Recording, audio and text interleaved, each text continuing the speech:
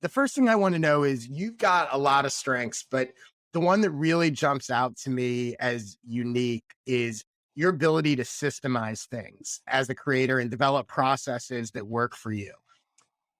It's something that I feel like I'm pretty good at, but every time I see the stuff you're doing, I'm like, oh wow, he's that's like that's like next level. I'm very envious of a lot of the sort of systems that you've created, which is saying something because I don't often feel that about other people. So can you give me an example or two of how you've created a system from start to finish? And in general, how do you identify where a system can help you? How do you start to construct one? How do you improve it once you roll it out? So talk to me about how you think about and use systems. Yeah, well, I think first of all, I'm fortunate to come from an executive SaaS background where, I got to build really big teams and big companies in that there's all sorts of process and systems that go into building organizations at that scale. And so bringing that over to becoming sort of a solopreneur, creator entrepreneur, it was just second nature for me.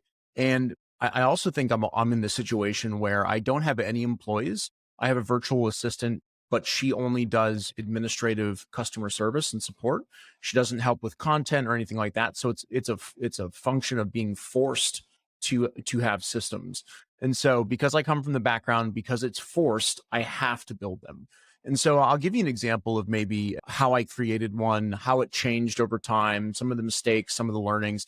That's namely around my content. So let's think about my business, for example. My business runs on content. And in order for me to do more business, I have to promote and push out more content. The more content that I produce, generally, the better that my business does. The more I grow top of funnel followers on Twitter and LinkedIn, the more my newsletter grows, so on and so forth. So oftentimes when I'm sitting down, I might say, all right, what's a really unique challenge that I have being a content driven one person business? Well, it's a pretty easy one. It's creating massive amounts of fresh new content every single week for my audience. So when I saw that that was a driver of business, I started to lay it out for the week. Okay, what are the things that I have to accomplish over the course of one week? So I have to push out a newsletter.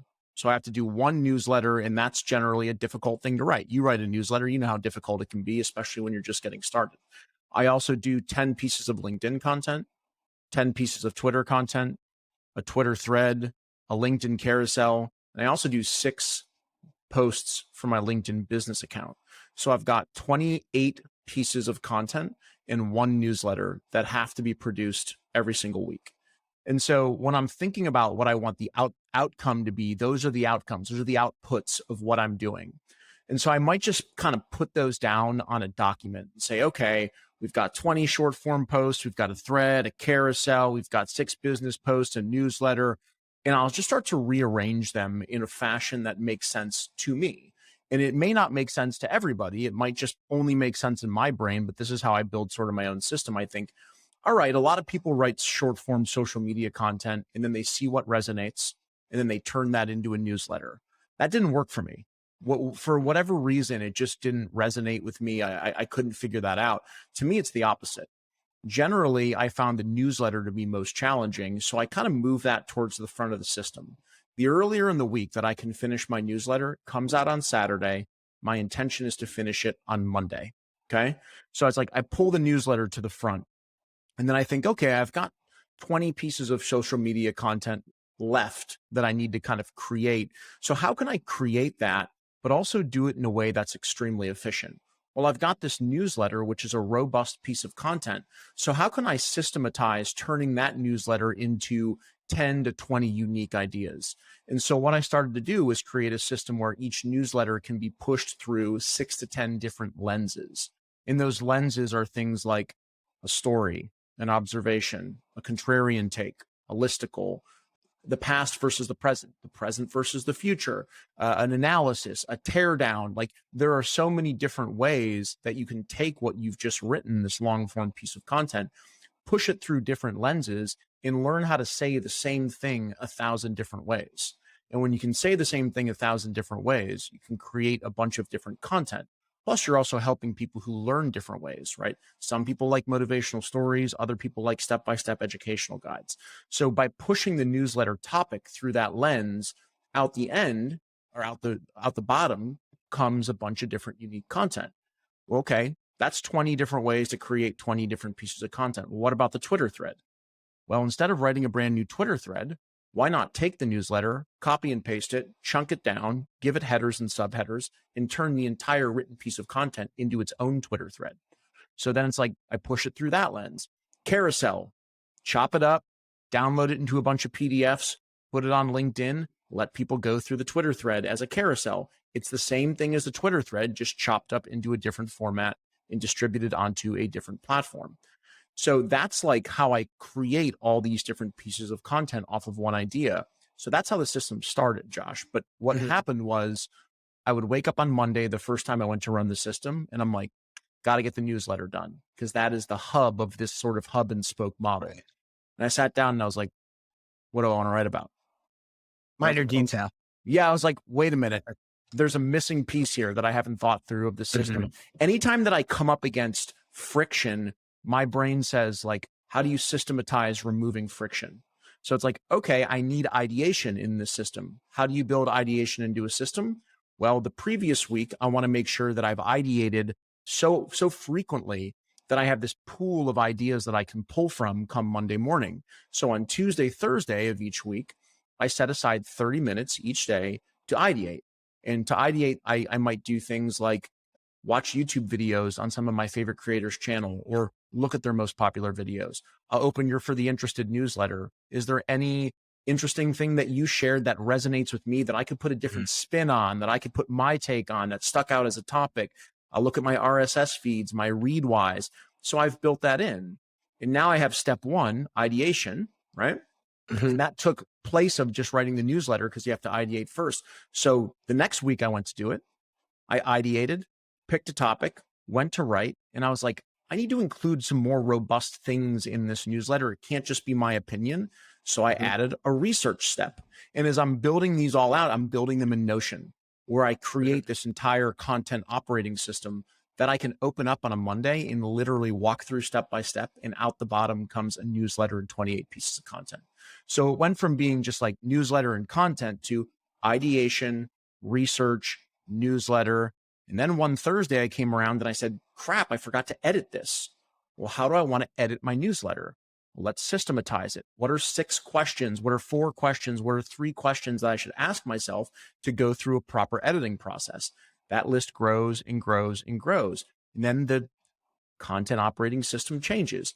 Ideation, research, newsletter, editing, thread, content, and it just becomes longer and longer and longer.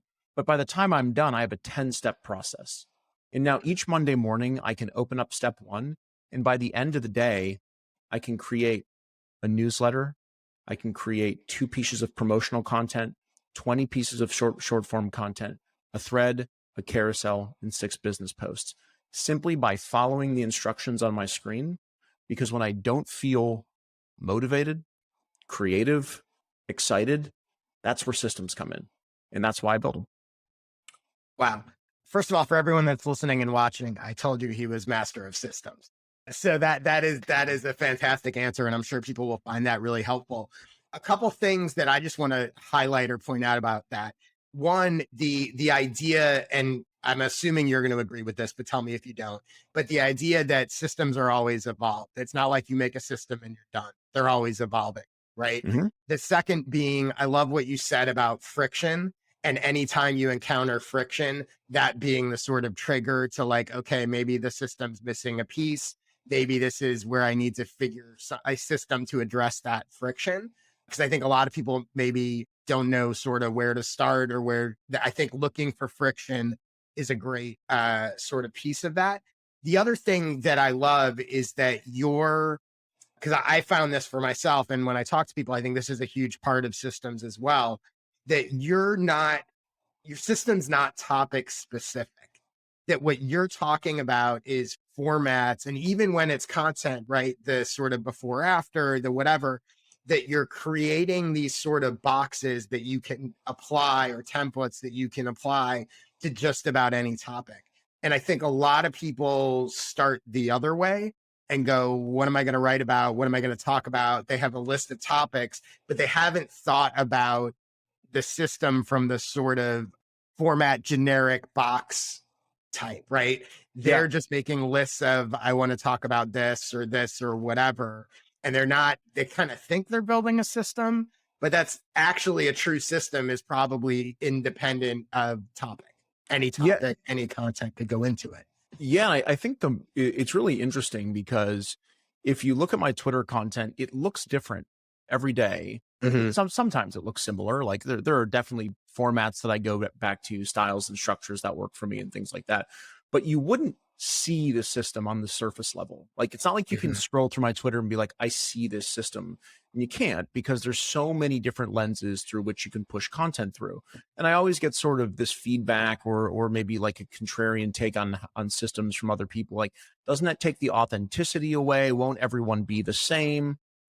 I mean, tell me a creative profession that doesn't have systems, right? So like I like movies.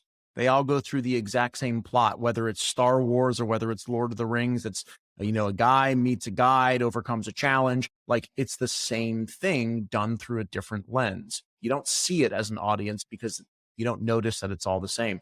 Music, they all have similar beats, similar backgrounds, similar hi-hats. Like that's why you see a lot of artists say, I think this artist took this from me. And it's like, this is the same sound in 30,000 other songs. Every Right. creative process has a template. Yeah, and also they even wildly creative people, right? So you might look at like, let's take someone like Prince, who might seem like he's pure creativity, amplified, had a process for how he would record. Yeah, Sure. he might go record an album in a different location each time, whatever. But I am sure there were things that he was doing every time and the way he thought about creating music that on some level was systematized, right? Even the Of most course. creative artists in the world. That's really, really great stuff. So thank you for that.